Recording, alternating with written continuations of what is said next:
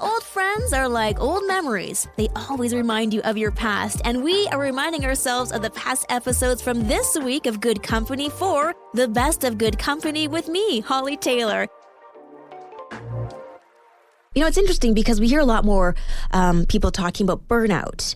I feel maybe even 5-10 years ago before the pandemic, it was, well, you better figure out how to not be burnt out. So there's that. Oh, great. One more thing to do while I'm feeling burnt out. Figure out how not to be burnt out. Thank you. It just seems very, counterintuitive. But here's an interesting new fact. It might not be about you being able to say no. It might not be about you learning how to have better breathing techniques or practicing resilience, having that stiff upper lip.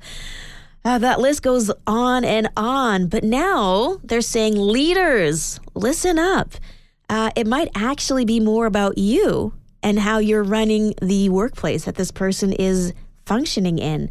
So building burnout strategies is a shift that is now starting to happen in offices where people are trying to help their employees not get burnt out.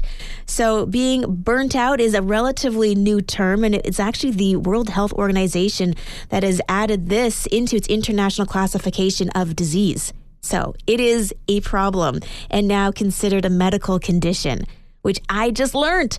I did not realize that. And so burnout is not just for the individual to deal with. It's us all needing to take a look at the kind of environments that we're asking people to work in. It's about what kind of leaders we are. What kind of people are we? Are we being kind? Are we leading with love? And so, yeah, it's something to look more into as the research continues about workplaces that are stressful can affect, it can cost people with their health and office morality and their own personal morale. So there you go.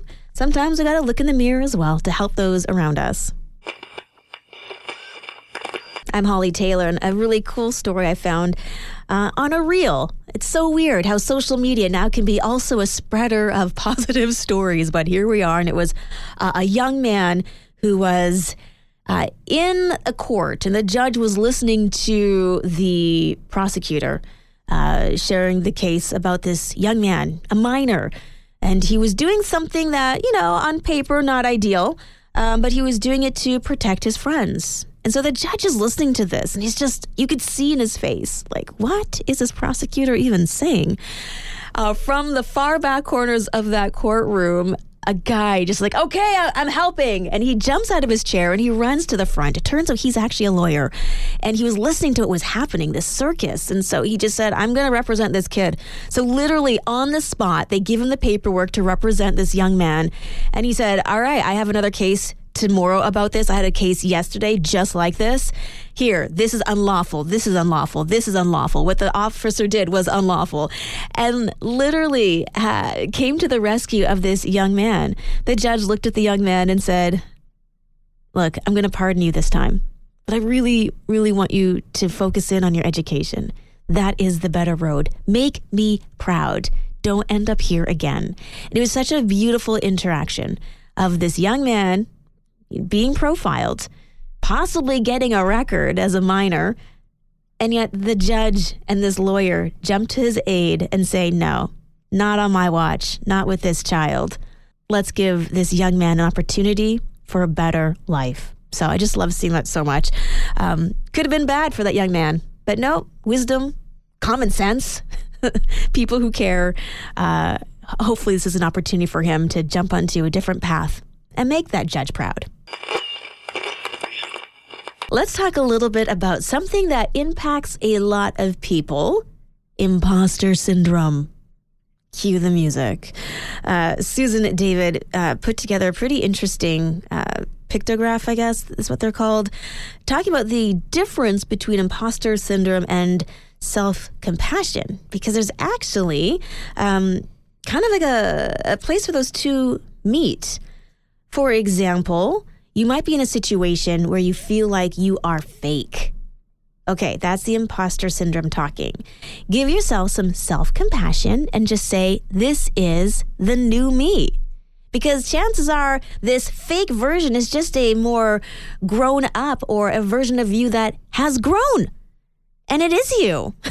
It's not a fake you. You're just in a different phase. So it's not fake. It's the new you. Or this one. No one should listen to my advice. Or how about this? My experience is useful and valid. If you're thinking, I'm just not smart enough for this job. I mean, how many of us have thought that? How about this? I made some mistakes, but I'm still learning. Having that view of growth, acceptance of who you are, realizing everybody makes mistakes, and just saying, it's not that you're not smart enough, you're just still on the journey. It's all good. You will get there. So, give yourself some compassion.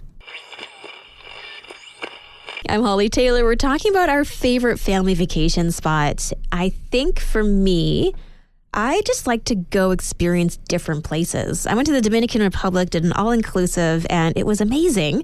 But I don't know if I'd want to go back because I always feel like if I go back, the experience is different and it doesn't match the one I had before. So I like to create new experiences in new places. So on my bucket list would be Hawaii, also Costa Rica, also Spain, and Portugal. Oh, I'd love to try to go to South America, like just to one of the places there. It's beautiful there, and I love Spanish language places. What about, I don't know, I'd go to Ireland. I've never been there too. Okay, so basically I just want to go all over the world. Producer Mike, are you one that would love to travel the world, or do you have a favorite vacation spot? Yeah, I'm probably not going to get as many air miles as you. Yeah, I used to go to this little resort up in Muskoka. I think it was near Aurelia, called Bayview Wildwood. Bayview Wildwood. Yeah, it was this nice little spot on a lake. I think it was called Sparrow Lake. Okay. And you could rent anything from a paddle boat to a sports boat to a pontoon boat. Lots of Muskoka chairs. I don't know. It was just a good vibe. Lots of fun when you're a kid, you know? Yeah. Yeah. I think it got too expensive, though. That's why we stopped going. Got you. Okay. Well, I just did a quick Google search so I can get a glimpse of Producer Mike's childhood. Oh, no. Oh, that's super cute. Yeah. I could see good memories there. Doesn't look like it's changed very much, actually. I just don't know about a lot of the places here in Ontario, so I'll add that to my list. Is there a place that you love to go in Ontario that's like a really fond, maybe off the map kind of place that you think is a great vacation spot? I would love to hear about those. You can always text in 905-338-1250. Thousand Islands. I went there once. Would love to take my kids. Okay, keep them coming. I'm Hollie Taylor, and it is a lot of people's dream, if they have a love of books, to have a book ladder. Kind of reminds me of the scene in Beauty and the Beast when she's in the massive library of the Beast's castle and she's on this ladder and looking at all these incredible books and in the library in her little town. So, yeah. I never really thought about it before, but apparently there's just this idea of hopping on a library and just kind of gliding through book after book after book. And apparently it's a common thing. I've never really had the dream of this. I thought it'd be cool, but have you? Would you love a massive library with a book ladder? I don't know, but I do love the little libraries. When we go for walks and we find them, such beautiful treasures can be found. And there's so much incredible power and encouragement and mystery and adventure in the words we get to read. So there we go. If you were somebody who would love a book ladder, I'd love to hear how you'd use a book ladder. But for now, I'm good with just my small bookshelf and my favorites, and visit them when I just feel like I need something familiar. I'm Hollie Taylor, and yesterday we were talking about mice and then spurred on some other conversations after the show with family about mice giving essentially CPR to other mice mates. And it got me thinking, because I don't think I've ever had to administer CPR or any kind of first aid to anybody. I was in junior high, an athletic first aider. That's right. So I've had to wrap ankles before, playing soccer and basketball, but that's really it. And generally those are my own ankles. So, but have you ever been in an emergency situation where you've had to be the one that helped? Maybe you gave CPR, maybe you had to make sure you found the Band-Aids. We've got people here at the office who are our in-house CPR folk, like Producer Mike. So if I ever just stop breathing or talking on air, he's the one that will save me, right? Yeah, so if you ever hear the Bee Gees on air, it's because I'm trying to keep the pace while I'm giving Hollie CPR. I staying alive. Oh, goodness. And sorry for singing. Now you probably need some kind of, hearing support. But yes. Have you, Producer Mike, ever had to use CPR or anything like that? No, I only learned it back in November. Okay. That's when I went for the workplace here. But Yeah. no, only ever done it on one of those plastic dummies. Yeah. Yeah. Yeah, same here. And I honestly am so grateful for that. I don't know. I didn't bring them back to life. So, not sure about my skills.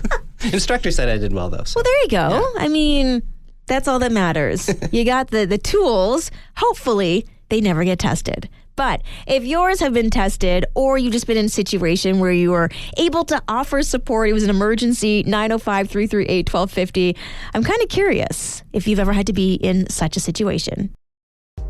Well, that's a wrap. Those are our favorite memories from this past week. Join me for more Good Company live every weekday from 4:30 till 6 p.m. here on Joy Radio. Oh, and don't forget, you can also catch up by subscribing to our Joy Radio podcast. If you'd like to join in on the conversation, text 905-338-1250. Thanks for listening. We'll see you on Monday.